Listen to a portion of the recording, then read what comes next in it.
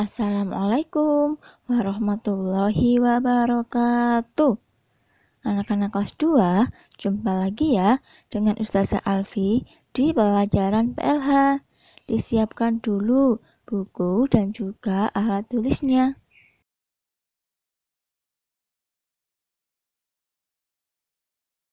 Hari ini kita akan belajar tentang pengaruh lingkungan terhadap makhluk hidup. Nah, unsur-unsur lingkungan biotik saling mempengaruhi dan membutuhkan satu sama lain. Manusia membutuhkan tumbuhan untuk bahan makanan, penyaring udara, dan untuk menurunkan suhu lingkungan.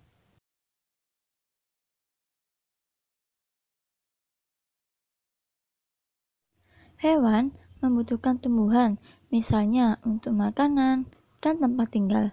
Tumbuhan pun membutuhkan hewan untuk membantu berkembang biak.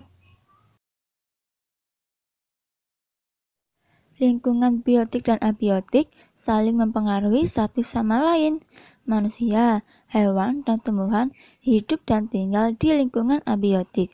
Mereka beradaptasi terhadap lingkungannya. Adaptasi tersebut ada yang berlangsung dengan cepat, ada pula yang berlangsung dengan lambat.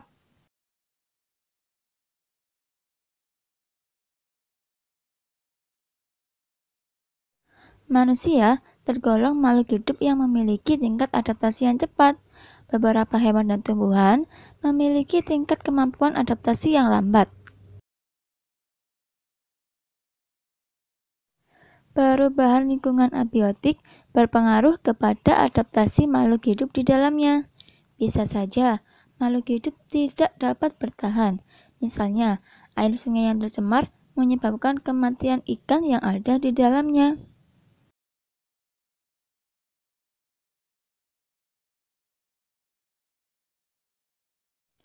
Perubahan kondisi lingkungan juga berdampak kepada perubahan kebiasaan makhluk hidup.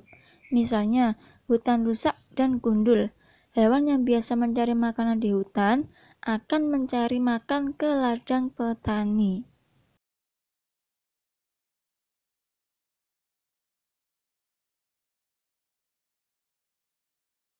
Manusia pun kemudian memburu hewan. Apabila kejadian ini terus berlanjut, maka hewan tersebut akan sulit bertahan.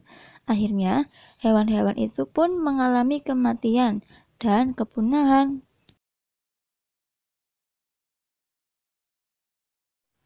Akibat kerusakan lainnya adalah terjadinya pemanasan global. Keadaan tersebut berdampak pada perubahan cuaca dan kenaikan suhu udara.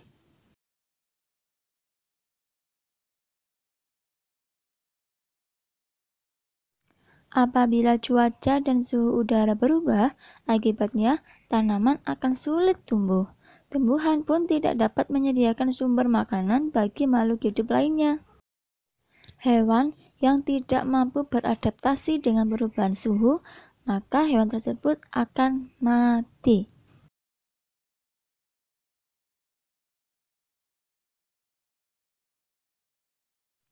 Perubahan suhu berdampak pula bagi manusia. Misalnya, suhu dan cuaca berubah panas, sawah dan ladang mengalami kekeringan. Akibatnya, tanaman mengalami gagal panen, manusia pun mengalami beragam kerugian.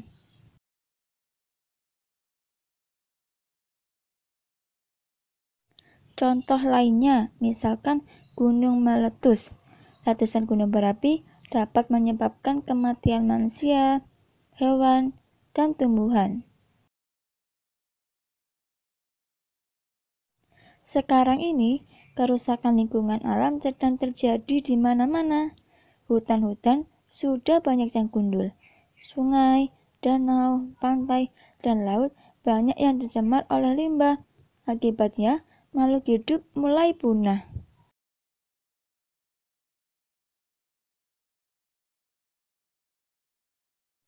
Ingatlah kembali bahwa lingkungan biotik dan abiotik itu saling mempengaruhi. Apabila salah satu unsur rusak, maka akan berdampak pada keseimbangan alam.